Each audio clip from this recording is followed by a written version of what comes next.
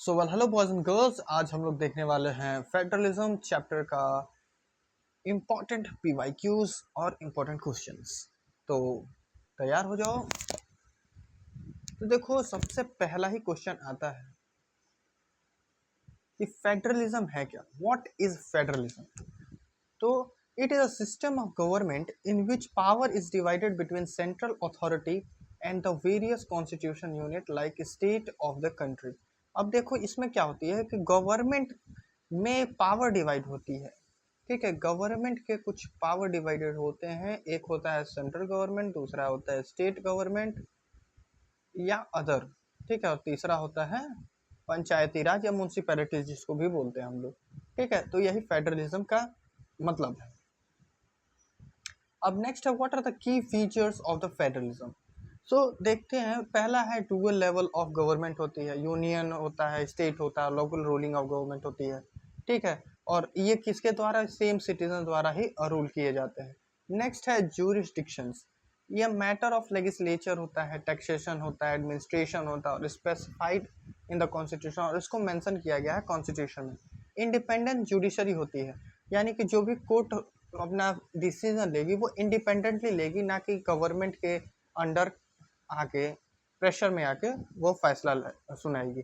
Court act as umpire in the case of dispute, यानी कि जब भी डिस्प्यूट होता है तो कोर्ट एक अंपायर की तरह काम करती है, जो कि सही डिसीजन देती है। अब नेक्स्ट बात करते हैं कि what are the distribution of legislature power. ये एक इंपॉर्टेंट क्वेश्चन है, इसको ध्यान में देखिएगा कि इसके तीन लिस्ट हैं, यूनियन लिस्ट, स्टेट लिस्ट और कॉन्करेंट लिस्ट। ठीक है, यूनियन लिस्ट को सेंट्रल गवर्नमेंट देखती है, स्टेट लिस्ट को स्टेट गवर्नमेंट देखती है और कॉन्करेंट लिस्ट को इन दोनों देखते हैं। अब यूनियन लिस्ट में क्या क्या आते हैं? इसमें डिफेंस आता है, फॉरेन अफेयर्स आते हैं, बैंकिंग आता है, करेंसी आती है। वहीं on the other hand state list की बात करें तो इसमें पुलिस आती है, ट्रेड आती है, एग्रीकल्चर आती है और इरिगेशन आता है। इसमें आपके मल्टीपल चॉइस क्वेश्चन बन सकते हैं कि इनमें से कौन सा स्टेट लिस्ट है, इनमें से कौन सा यूनियन लिस्ट है, इनमें से कौन सा कॉन्करेंट लिस्ट है। ऑन द अदर हैंड इससे क्वेश्चन भी बन सकते हैं 2 या 3 नंबर के कि बताइए कौन कौन से डिस्ट्रीब्यूशन ऑफ लेजिस्लेचर पावर हैं। ठीक है, तो ऐसे क्वेश्चन बन जाएंगे। और कॉन्करेंट लिस्ट में आते हैं आपके एजुकेशन, फॉरेस्ट, ट्रेड, यूनियन और मैरिजेस। ठीक है, तो नेक्स्ट क्वेश्चन की तरफ पढ़ते हैं कि what are the 3 tiers of government. 3 tiers of government के बारे में आपको बताना है।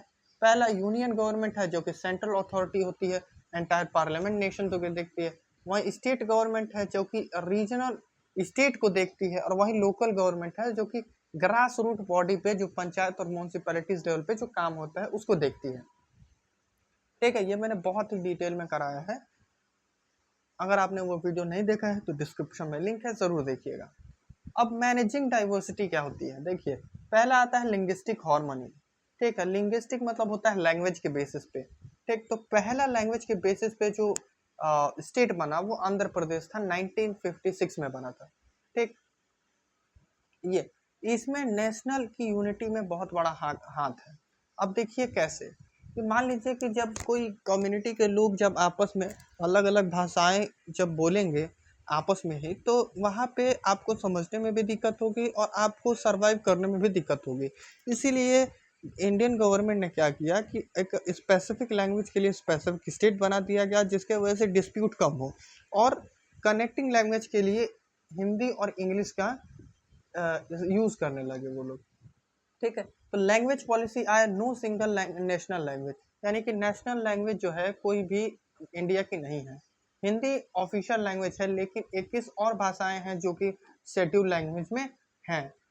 ठीक है, अब शेड्यूल क्या होता है, ये इसका मैंने स्पेसिफिक वीडियो बना कर रखा है, तो उसको भी वो मैं मेंशन कर दूंगा। टोटल 12 शेड्यूल है, उसको देख लीजिएगा आप लोग। फ्लेक्सिबल फेडरलिज्म, फ्लेक्सिबल मतलब होता है ज़्यादा कॉम्प्लिकेटेड ना हो। Using English and associated language help to maintain the peace is non Hindi speaking reason.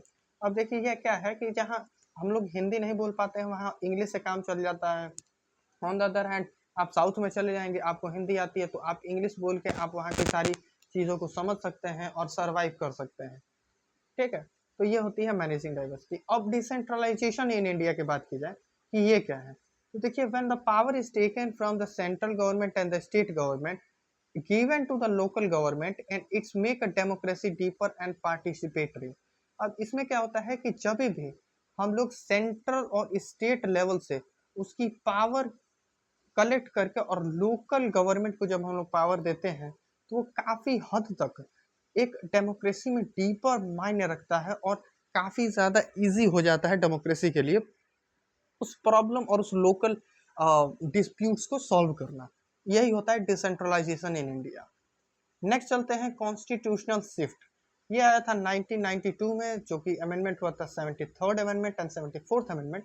इसको याद रखिएगा, ठीक है, कि ये क्यों इंपॉर्टेंट है। इसको मैंने अपने लेक्चर में नहीं कराया है, तो इसको ध्यान से देखिएगा कि कॉन्स्टिट्यूशनल रिकॉग्निशन क्या है। Before 1992 local bodies were under direct state control. अब 1992 में क्या हुआ कि जो लोकल बॉडीज़ हैं वो डायरेक्ट स्टेट के कंट्रोल में आती हैं, ठीक है। इलेक्शन इरेगुलर होते थे, ठीक है, जिसके वजह से काफ़ी ज़्यादा कॉम्प्लिकेट और प्रॉब्लम्स देखने को मिलती हैं।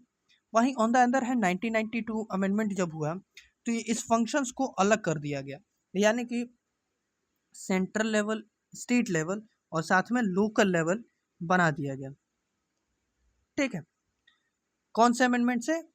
तो 1992 में ये कॉन्स्टिट्यूशन अमेंडमेंट एक्ट आया था, 73rd और 74th अमेंडमेंट एक्ट। अब अमेंडमेंट क्या होता है कि कॉन्स्टिट्यूशन में कुछ प्रोविजन करके, ठीक है, उस आर्टिकल और उस एक्ट को चेंज कर सकते हैं, ऐड कर सकते हैं, उसी को अमेंडमेंट एक्ट कहते हैं।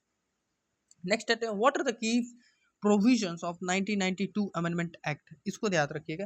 पहला है मैंडेटरी इलेक्शन, यानी कि वो जो पहले इरेगुलर इलेक्शन होते थे उसको मैंडेटरी कर दिया गया। एक रेगुलर इंटरवल ऑफ टाइम पे, अल्टरनेट टाइम पे आपको इलेक्शन कराने ही होंगे लोकल गवर्नमेंट ऑफ बॉडीज़ के।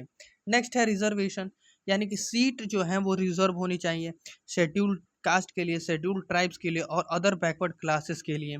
On the other hand women के लिए भी 1/3 ऑफ पॉपुलेशन, 1/3 एट जो आती है पोजीशन, उसमें वो वुमेन का एम्पावर चाहिए और साथ में रिजर्व भी मिलना चाहिए। स्टेट इलेक्शंस कमीशन होने चाहिए कि वो इंडिपेंडेंट तरीके से इस काम को करें, ठीक है। तो यही इस प्रोविजन में कहा गया था।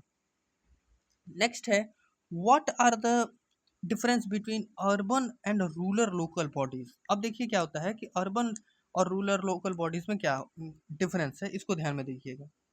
देखिए जो पंचायती राज है, ग्राम पंचायत समिति, ठीक है, ये विलेज में होती है और समिति ब्लॉक में होती है, जिला परिषद डिस्ट्रिक्ट को कहते हैं। तो ये सारे के सारे पंचायती राज के इंक्लूड आते हैं। On the other hand municipalities में क्या क्या आते हैं? नगर पंचायत आ जाएगा, स्मॉल है। म्यूनसिपल काउंसिल और म्यूनसिपल कॉरपोरेशन ये लार्ज सिटी में होता है, ठीक है। जो टाउन में आता है वो नगर पंचायत के अंतर्गत आता है। On the other hand municipal corporation और म्यूनसिपल काउंसिल ये सारे के सारे आपको आते हैं म्यूनसिपैलिटीज़ में। डेमोक्रेटिक स्पिरिट में क्या होता है कि million of elected representation being to govern people who door step. अब इसमें क्या होता है कि लाखों लोग आते हैं अपना उम्मीदवार चुनने के लिए, ठीक है, और अपने घर तक वो आते हैं, ठीक है। जैसे कि आप जब चुनाव का माहौल होगा तब आप लोग देखेंगे कि जितने भी लीडर्स हैं जो वो जो इलेक्शन में खड़े होते हैं वो सारे के सारे आपके घर आते हैं और बताते हैं कि अगर हम लोग जीत जाएंगे तो ये सारे काम करेंगे, और आप उन सब बेसिस पे देख के आप उनको आप वोट दोगे, अगर नहीं दोगे, ऐसे होता है वो चीज़ें। इन सब चीज़ों के लिए आप अपने पिताजी से पूछ सकते हैं, आप अपने चाचा से, भाई से, जो भी आपको बड़ा है जो वोट देने के लिए एलिजिबल है, आप उनको पूछ सकते हैं कि वो कैसे काम होता है। अब इसके अचीवमेंट क्या है और इसके चैलेंजेस क्या हैं, तो पहले अचीवमेंट के बारे में देख लेते हैं। Large democratic experiment in a human history, ये बहुत बड़ी चीज़ है।